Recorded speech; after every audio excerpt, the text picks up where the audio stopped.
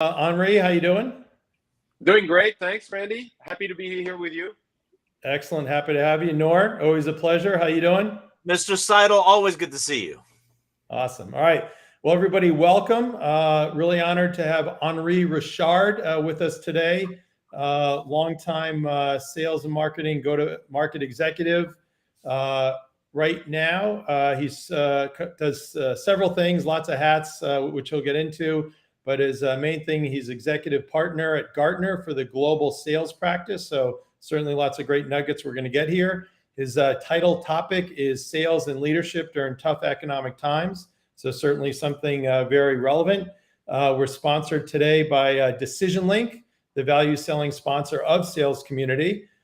Decision Link is a customer value management platform that automates business value conversations across the entire customer journey. So we'll talk about value selling in a little bit, but certainly something that's been vital and probably from a platform or tools perspective has been really missing in the tech stack for a while. And Decision Link does a great job filling that void. Also, is always sponsored by Sales Community. You can go to salescommunity.com to learn more and sell more. And on the main website there, you can actually get a free year membership as a special that we are running.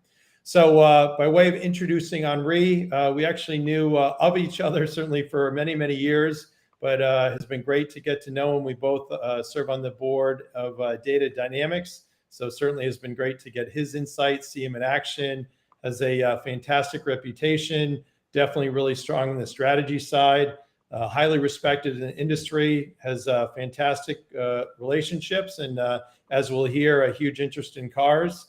And not only a great husband, but actually, I think just celebrated 44th anniversary yesterday, right, Henri?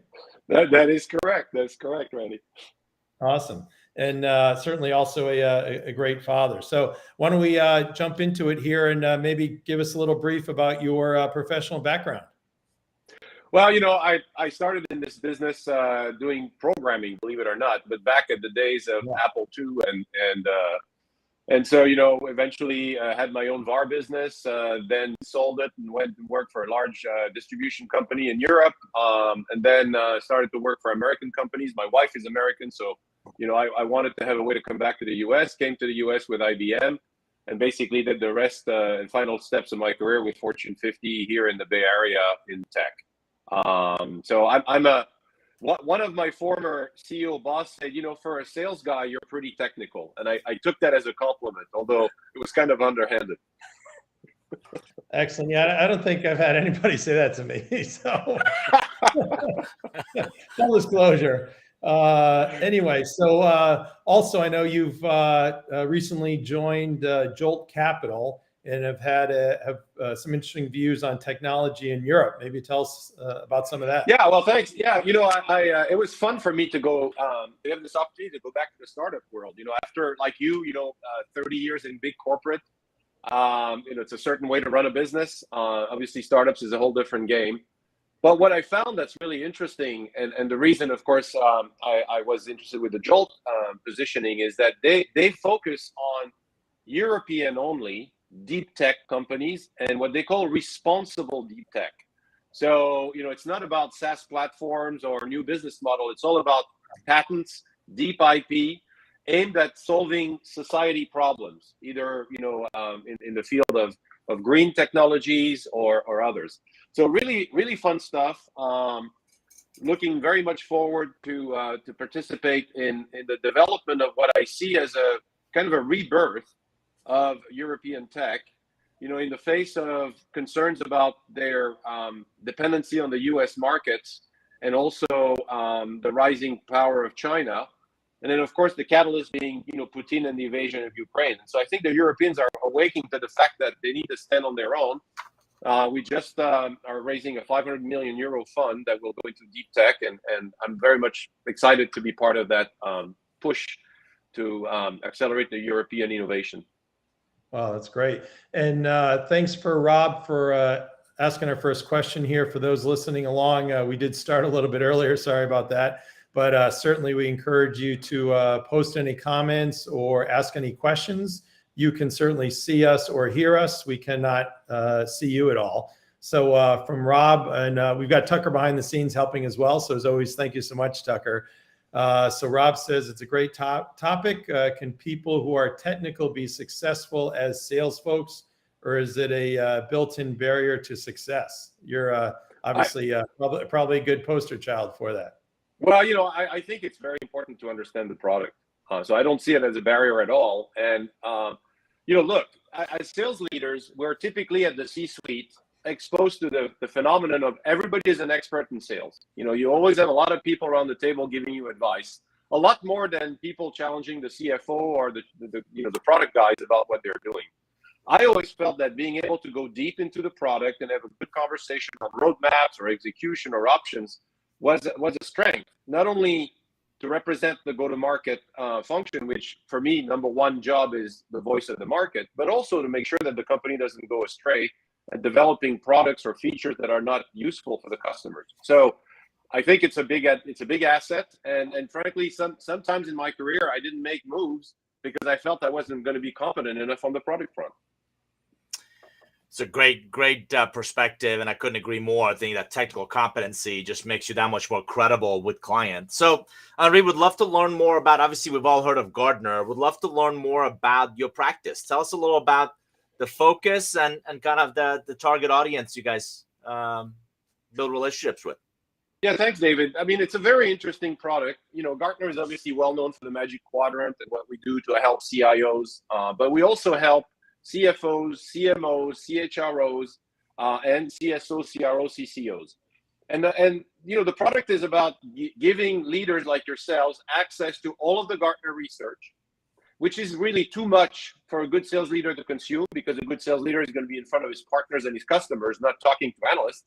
And so you end up with a guy like me who's been there, done that, has the job, understands kind of the nature of the job, who curates this immense amount of research that Gartner does to really focus on getting the client only what they need relative to the immediate challenges that they have in front of them. So it's a good product, particularly during pandemic, and now as we're exiting the pandemic somewhat and getting into some pretty choppy waters. It's not a good place to be alone. And so often being able to understand what other people are doing and augment that with the intelligence of Gartner research is a good resource for the head of the commercial function. And frankly, it's very cheap. So, it's a good investment. We often end up working, with the number 2 and the number 3 people in the commercial function more than the CSO themselves, because they're so busy. But it doesn't matter. We drive the initiative that they define as strategic, and we help them deliver on whatever objectives they have for the company. In my last book, I talked a lot about executives benefiting from a lean information diet, and it sounds like that's exactly what you're doing, is synthesizing the research into what's most relevant. How about the size of the practice, types of customers that are in your sweet spot? Give us a little context. Yeah, I've got the good fortune of having customers from all walks of industries. Obviously, because of my background, I have a majority of high-tech customers, but also people that are completely different industries. We have over hundreds of CSOs as part of the practice. And really what we help also, which is important for people to understand, is not only to have access to best practices when it comes to go-to-market, which is obvious, but also, and back to my point about everybody at the C-suite is a sales expert, give them access to research relative to product, HR, finance, marketing.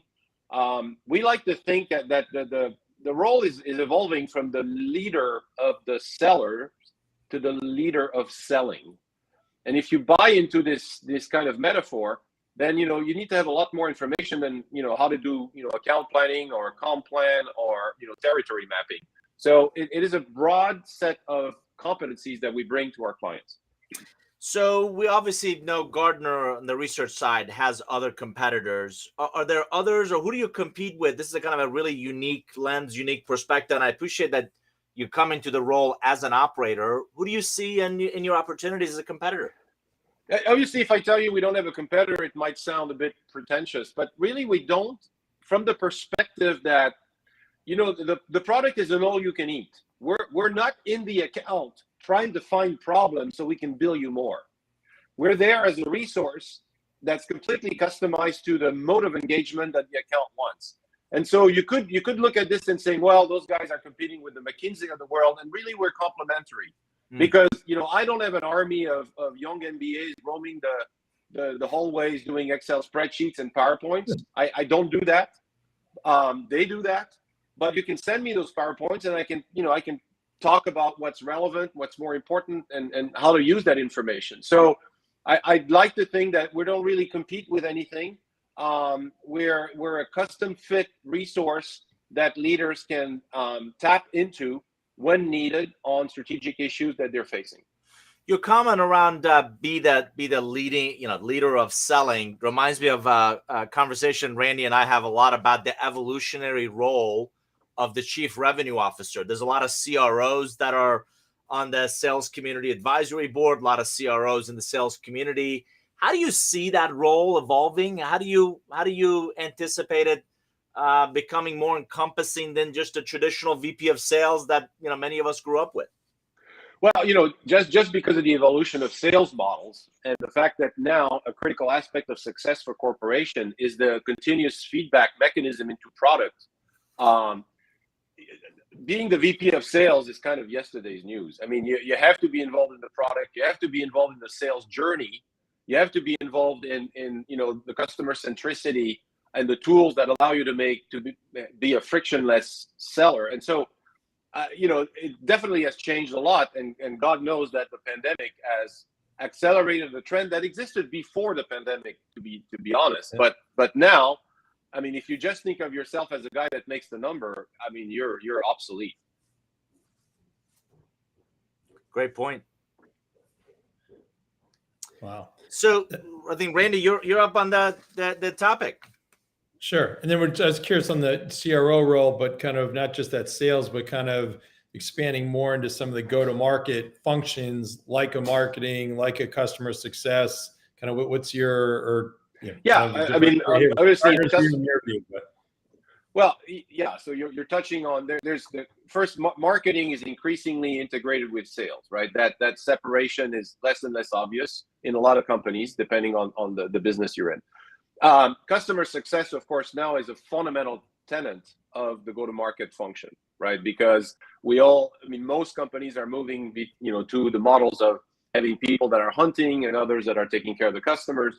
And then the last thing that we haven't talked about yet is all of the technology that's going to augment the ability to sell. And let's drop that word, the augmentation of the ability to serve the customer needs has a enormous component that is a technology component, which frankly, Randy and I, when you and I were in, when we were in action, that wasn't as much the case. I mean, right, it was about managing people, being in front of customers, bringing in the POs. But today, there's a machine that needs to be in place to be a modern selling organization that is an integral part of the CRO. And that's why I think that the title was created, is because it's a lot more than just selling. Yep, absolutely. And probably ties into it. I think Gartner, you posted something recently around the CROs or CSOs, whatever you want to call them these days, the kind of the hybrid of delivering now as well as mobilizing for the future. Yeah, I mean, I was once on the front page of a news magazine by saying, never waste a good crisis. And, I think that I see customers in the last couple of years that have taken advantage of the pandemic to really, transform their go-to-market function and be, leading into the change. Others, frankly, started the pandemic period thinking, this might only last 6 to 12 months and maybe we don't need to change that much. And I'm seeing today, a real dichotomy between the people that embraced the opportunity for change created by the pandemic versus the ones that were hoping it wouldn't it wouldn't last so long or it wouldn't be. We have clients that are, facing a pretty stiff cliff at this point because they haven't made the move towards this fundamental change. You can call it hybrid selling, you can call whatever you want, but the reality is that satisfying the customer is a very different ball game today than it was 3 years ago. Yeah, absolutely. So you're touching on some of the areas here on our title topic, sales and leadership through tough economic times. You've mentioned the transformation is a must do. It's not a nice to do. Also, people have probably gotten lazy with kind of the wind behind their back, and now all of a sudden there's just a lot of headwinds and probably some real tough year-over-year compares out there as well, right? Yeah, I mean, for sure, the year over year are going to start to be brutal, frankly, for both the stock prices, but also, the tension inside the C-suite. I've tried to the extent that I could in my career to have my boss slow me down rather than kick my ass.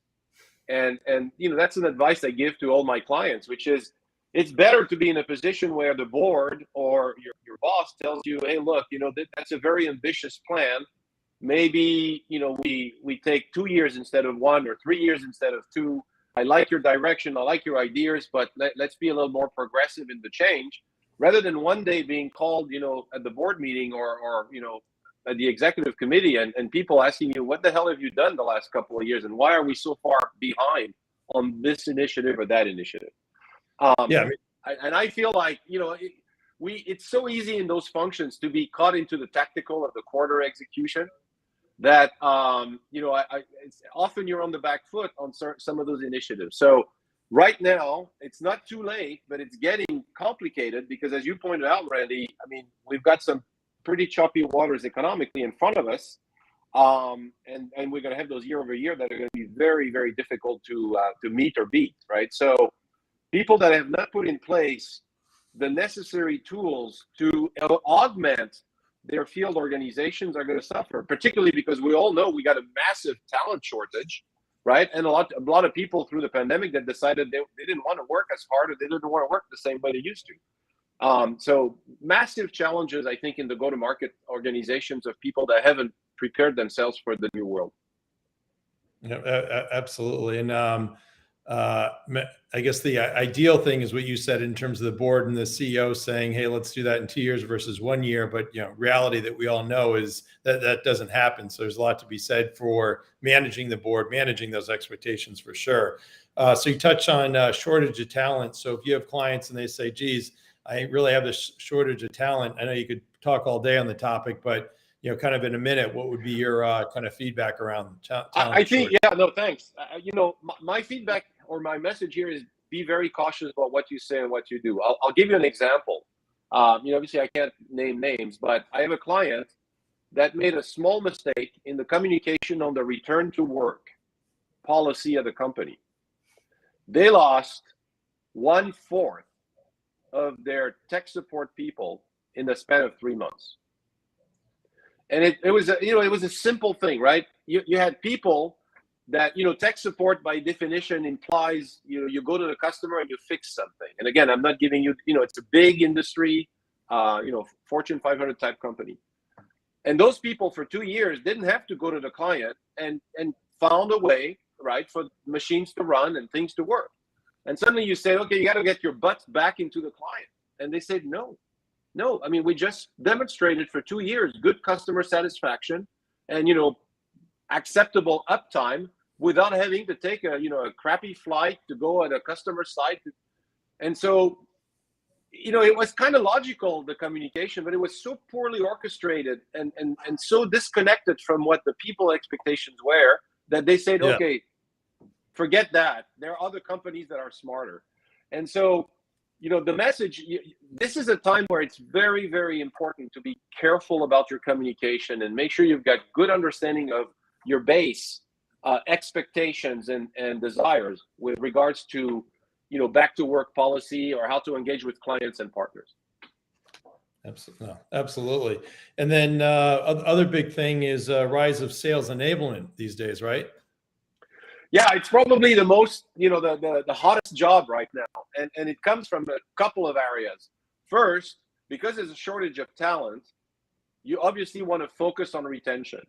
And there is incredible data that links retention after 18 months to sales enablement, quality, and capacity, right? So, people that have a bad early experience in the company kind of never forget that and become a lot more exposed to being, basically grabbed by somebody else. So that's one element. The second element is the questions that you and I were asking when we first started in the sales jobs, are very different from the questions that people ask today. And we see there's a great correlation between how easy the job seems to be and the willingness for people to say yes to an offer. And so that is so it's sales enablement with a big E. Of course, there's a lot of subtopics, right? But that job, and in terms of augmentation of resources and budget over the last couple of years, is by far the one that has the most momentum, because it is important to take care of people from day one, make their job easy, and use the new technologies to augment their capabilities. And there's some amazing technology. That's great. So you've mentioned the new technologies several times. Any kind of perspectives there? Any favorites? And obviously, you're speaking in terms of Henri, not in terms of Gartner. Yeah, I can't comment, but I'll tell you one thing, an example, Randy, that resonated with me fairly recently. About 4 or 5 months ago, I had a conflict of agenda, and there was a very important meeting that I couldn't be part of. But what I got sent was the entire synopsis and analysis of that meeting that involved half a dozen people. And that entire report was created by a machine. Nobody wrote a line. And the robot gave me a picture of that meeting with why things happened, when they happened, how to read the response. That was just mind-blowing. I never had one of my sales guys describe a meeting I had missed with such a good level of insight, so much data to look at, and I felt like I had been part of the meeting. So, I just encourage people, as we know, you can die from a plethora of tools, particularly if they're not connected to each other. I think having a very coherent data strategy and making sure that all the various tools and all the various vendors that come at you to sell their stuff have a real good data integration with each other. That's important. But there's some amazing stuff out there that, frankly, no human being can beat when it comes to the intelligence of the customer journey and what to do with the interaction. It's amazing. So we have a question from Frank. Thanks, Frank. Great to see you, Henri. Outstanding insights as always. What advice would you have for startup sales / go-to-market in the choppy times ahead? So you've already mentioned some. What would you, anything else you'd add on? Well, look, when I look at portfolio companies in the venture capital world, there's a couple of things that are coming up. The product is always a year late, no matter what the product guys say, and there's never enough sales. But the one advice, just to answer directly your question, is focus. There's more than ever when things are starting to be complicated. And I know that in startups, the pressure of every dollar matters. If you can have another PO, it's great. But if it's out of scope of your absolutely core element of success, the power of being able to say no and walk away from business that's going to dilute your energy is that's the fundamental tenet of success. And when things get tough, I know that there's a big temptation to get diluted, and that's probably the killer thing for a startup. Oh, great. Thanks, Frank. And we have a nice comment from Piyush. So full disclosure, he is CEO of Data Dynamics, and Henri and I have the pleasure of serving on his board. So I'm feeling Piyush, a little left out. I'm feeling left out of that little comment here. So Piyush says, great to see you, Henri and Randy, two people I highly respect and value as friends and fellow board members of Data Dynamics. This conversation showcases why they are so good at what they do.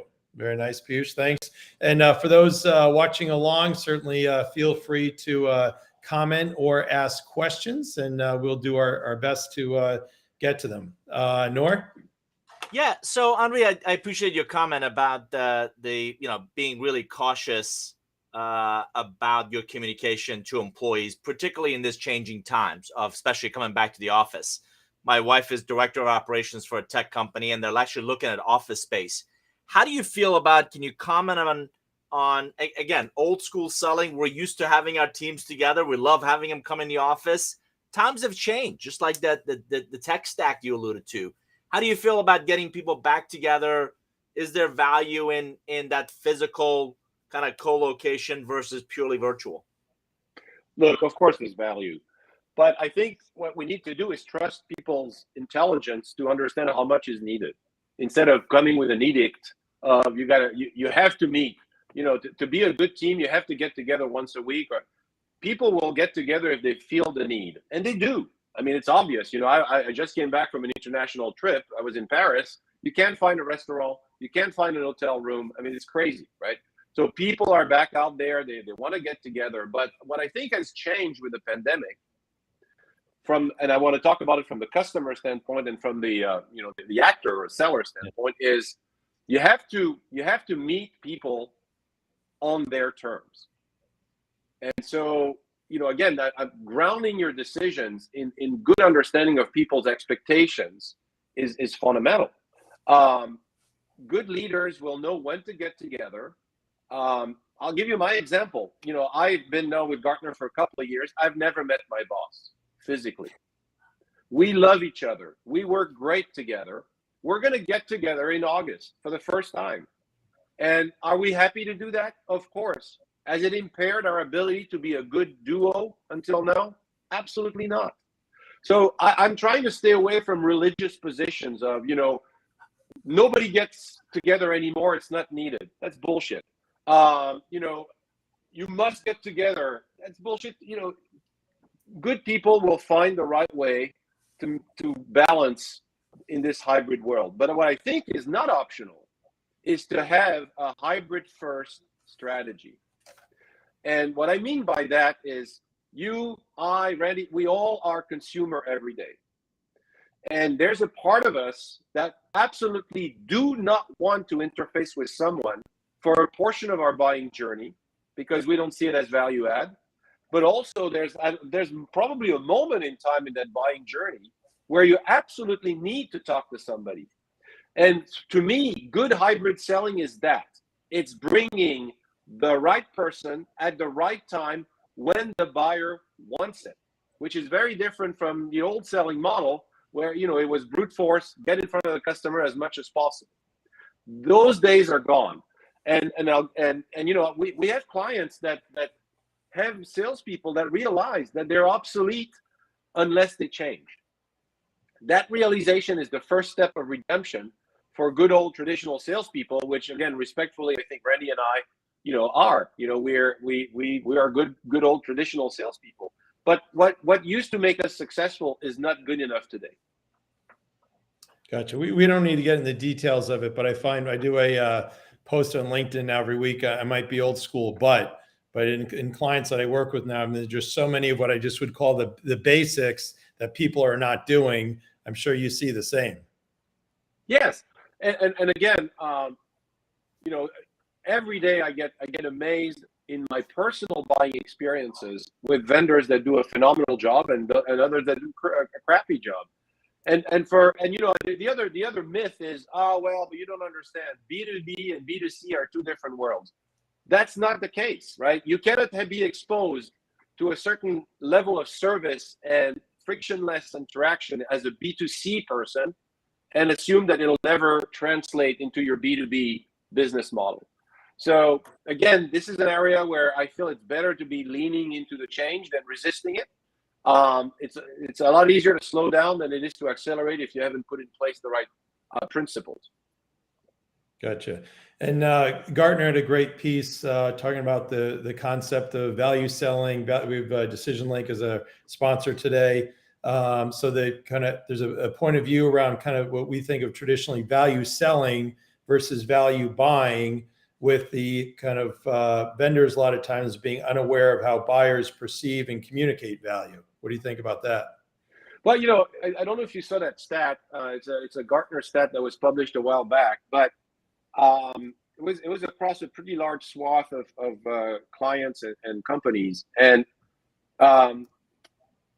really, buyers spend only 14% of their journey towards a decision with the sellers. Right?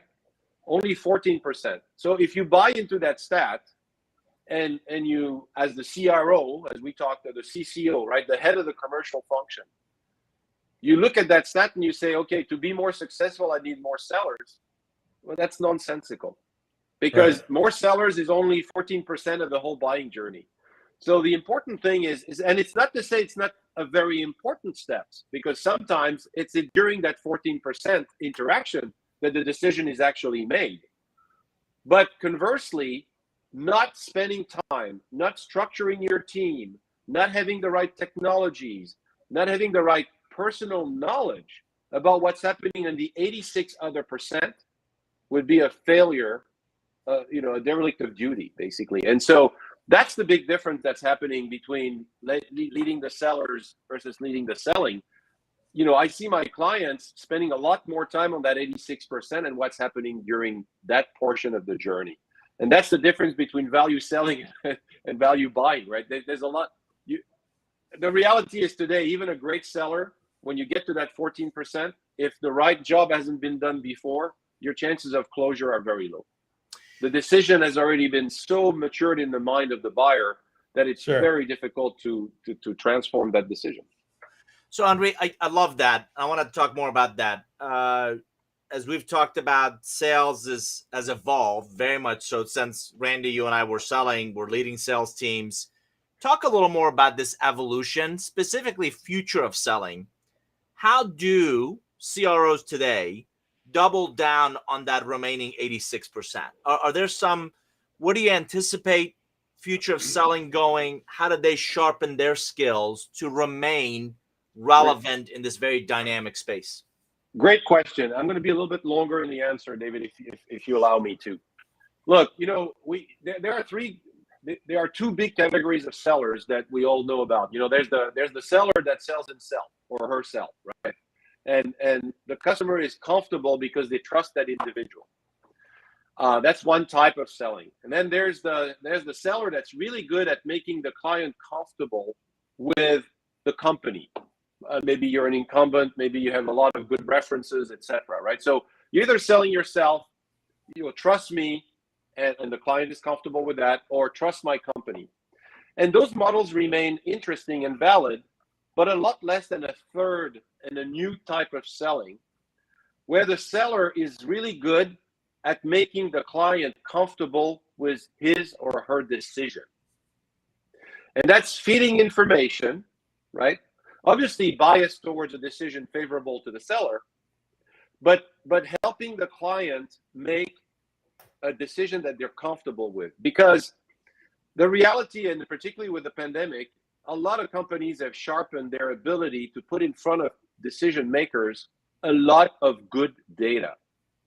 And research shows that the biggest problem that buyers have today is everybody data looks pretty credible, pretty sound, and so equally compelling. And so, often the lack of selling comes because there's a lack of decision, because there's so much uncertainty about what the right decision is. And so there's an emergence of new sellers, great sellers, and that's been particularly, I would say, underlined by the fact that it's not selling in person. It's often like we are today, selling on video. And there are people that are they're not necessarily great at knowing the product, or great at knowing the company, or great at knowing the industry, but they're really, really good at making the client comfortable that they have all the necessary data to make a good decision. That is the new kind of A players that we're all trying to find in the industry. And I'll give you another interesting data point. I have a great client of mine in Canada who has converted a lot of their selling capacity to virtual sales or inside sales, whatever you want to call it. And guess what? Initially, they thought that would be a cost savings because, in the old model, traditionally inside sales are cheaper than field sales.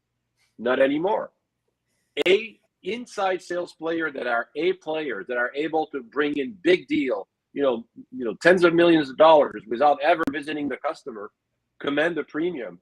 And actually, she was telling me that her sales budget for inside sales now on a per unit basis exceeds field sales. So if you and I had talked about this 5 years ago, it's kind of unfathomable, right? That you would have inside sales costing you more and closing deals that are bigger than your field sales team. But that's a very different type of skill set to be able to get to that A group. Yeah, absolutely.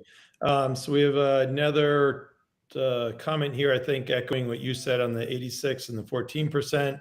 Not saying anything to the contrary of optimizing the 86%, but if sellers only have 14%, they must do the best with their portion of this time to make the buyer go with them versus the competition. So we'd be in violent agreement for that.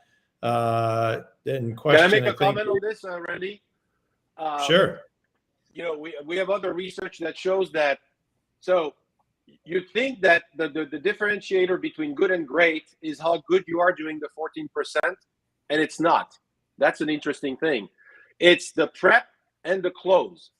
So the difference between good and great is, of course, you have to be good during the 14%. You can't come up, and have a crappy presentation, but it's how did you prep the meeting, and more importantly, what is the follow-up to the meeting that separates good to great? Yep, absolutely. And when we're getting toward the end of the time here, so one thing I want to ask you is another Gartner piece on talking about the decline of the traditional dashboard and the rise of data stories, which I think ties into the whole kind of analytics and everything you've been talking about. Yeah, I mean, look, dashboards are still useful, but as I think everything we've talked about today leads people to understand that the velocity of the environment is very different, right? Things are moving so quickly that the traditional method of reporting, the monthly operation meeting and all that's also in a large fashion an obsolete way to run the business. You have to be a lot faster. You have to have refresh cycles that are probably more frequent, and you have to be able to measure activity a lot more than we did in the past, because just the numbers, the bookings, ARR, MRR, whatever, those are important, and they continue to obviously be a tenet of running the business, but they are not going to give you the early warning signals of whether you're on track or not. So I think that's kind of the backdrop of that particular piece of research. The other thing that's very important is we are seeing increasingly decisions being made by the persona of the company rather than the persona of the decision makers. And what I mean by that is we all know that with the pandemic and with the advent of video calls, the number of decision makers has increased significantly, right? So where you used to have 6 people signing off or nodding on the decision, now you probably have 9. It's been almost a 50% increase in the number of people that have their finger in the pie when it comes to a decision. So that's an important change. But there's also, because of that number increasing, there's a dilution of the power of the ultimate decision maker. And more, salespeople get surprised that they have the right sponsor, they know all the decision maker, they know all the influencer, and yet the deal doesn't close. And what's happening is there's a rise of a company itself has a behavior of whether they buy tech or not. And we've actually been able to identify 7 personas of companies buying tech. And if you ignore the persona of the company itself as a kind of a mindless body and just focus on the persona of your decision makers, you might miss a big either accelerator or friction in getting a deal closed.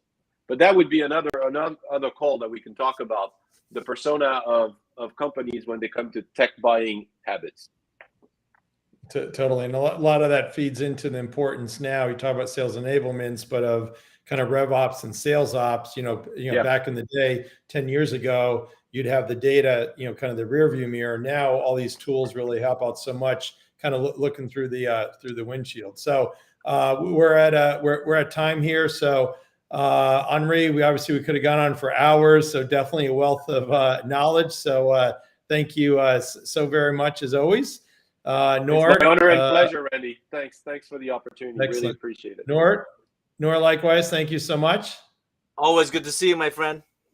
Appreciate it. And Tucker gets this posted across all the different social mediums. I think now within the first week or two, we get up between 3,000 and 15,000 views. And I'm actually just going to chime in here. We have Tim Page, who's a CEO of Decision Link. Comments, great questions, agree, attached to the pane at the top of the company. The higher up the pane you solve for, the more relevant you become. And Tim and Nadav, at some point, you guys are going to become fast friends, is my prediction. But anyway, so next week, we're not going to be live. We're going to take a break for the July 4th holiday. And after that, on July 13th, we're going to have George Hope, who's the channel chief at HPE. And he'll have some fantastic nuggets for us as well. So Nour and Henri, thank you so much. And for everybody, have a great rest of week and also July 4th weekend. Take care. Happy 4th. Thanks so much.